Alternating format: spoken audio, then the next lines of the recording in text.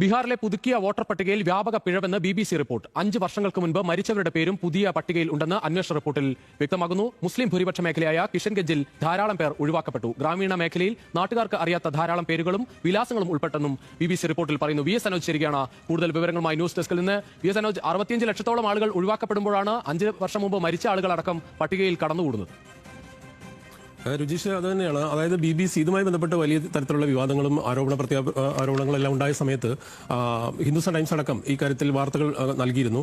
അതിൽ ഏതൊക്കെ ജില്ലകളിൽ ഇനം തിരിച്ചുകൊണ്ടുള്ള എക്സ്ക്ലൂഷൻ സംബന്ധിച്ച്, അതായത് ഏറ്റവും കൂടുതൽ ഡിലീറ്റ് ചെയ്യപ്പെട്ട പേരുകളും ഏതൊക്കെ വിഭാഗങ്ങൾ എന്നുള്ളത് സംബന്ധിച്ച് വലിയ വിശദാംശങ്ങൾ വന്നു. ഏതായാലും ഇപ്പോൾ BBC ഇന്ത്യ ഇത് സംബന്ധിച്ച് ഗീതാ പാണ്ഡെ എന്ന് പറയുന്ന അവരുടെ ലേഖികയുടെ തന്നെ എക്സ്ക്ലൂസീവ് റിപ്പോർട്ട് വന്നിരിക്കുന്നു. അവർ ഇതുമായി ബന്ധപ്പെട്ട് അന്വേഷണം നടത്തിയിരിക്കുന്നു. ഒരു അന്വേഷണാത്മക റിപ്പോർട്ട് പ്രസിദ്ധീകരിച്ചിരിക്കുന്നു. അതിൽ പറയുന്ന പ്രകാരം, അതായത് ഏറ്റവും പ്രധാനപ്പെട്ട ഒരു കാര്യം പറയുന്നത് ഒന്ന് നേരത്തെ വന്നതാണ്. അതായത് വനിതകൾ കൂടുതലായിട്ട് ഇതിൽ നിന്ന് മാറ്റപ്പെട്ടിട്ടുണ്ട് എന്നുള്ളത് ഏറ്റവും പ്രധാനം. അതല്ല, BBC സംബന്ധിച്ചിടത്തോളം ഏറ്റവും പ്രധാനപ്പെട്ട കാര്യം കിഷൻഗഞ്ച് അടക്കമുള്ള മുസ്ലിം മേഖലകളിൽ, അതായത് മുസ്ലിങ്ങൾ 50% കൂടുതലുള്ള വോട്ടർമാരുള്ള കിഷൻഗഞ്ച് അടക്കമുള്ള ജില്ലകളിലാണ് ഏറ്റവും കൂടുതൽ എക്സ്ക്ലൂഷൻ നടന്നിരിക്കുന്നത്.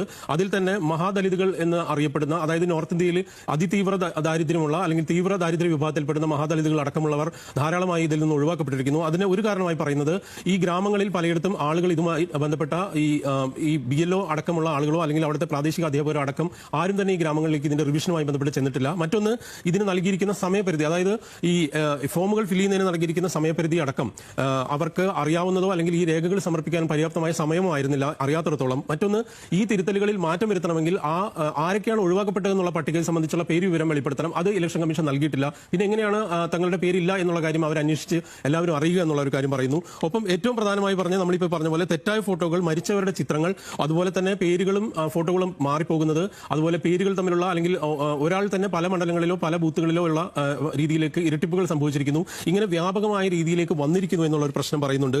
അതുപോലെ തന്നെ മൈഗ്രേഷൻ, അതായത് കുടിയേറ്റ തൊഴിലാളികളെ വ്യാപകമായ രീതിയിൽ ഒഴിവാക്കപ്പെട്ടിരിക്കുന്നു എന്ന് പറയുന്നു. 4 ജില്ലകൾ, അതായത് മുസ്ലിങ്ങൾ ധാരാളമുള്ളത് അടക്കം ബീഹാറിന്റെ അതിർത്തി മേഖലകളിലെ 4 ജില്ലകളിൽ ഏറ്റവും കൂടുതലായിട്ട് എക്സ്ക്ലൂഷൻ സംഭവിച്ചിരിക്കുന്നു എന്നുള്ള വിവരം പറയുന്നുണ്ട്. ഒപ്പം ഇതിന് 98% വോട്ടർമാരെ ഞങ്ങൾ ഫോമുകൾ പൂരിപ്പിച്ചു എന്നാണ് തെരഞ്ഞെടുപ്പ് കമ്മീഷന്റെ അവകാശവാദമായി പറയുന്നത്. അതിൽ 7,80,00,000 വോട്ടർമാർ. പക്ഷേ 65 ലക്ഷം വോട്ടർമാരോളം ഇതിൽ നിന്ന് ഒഴിവാക്കപ്പെട്ടിട്ടുണ്ട്. ഈ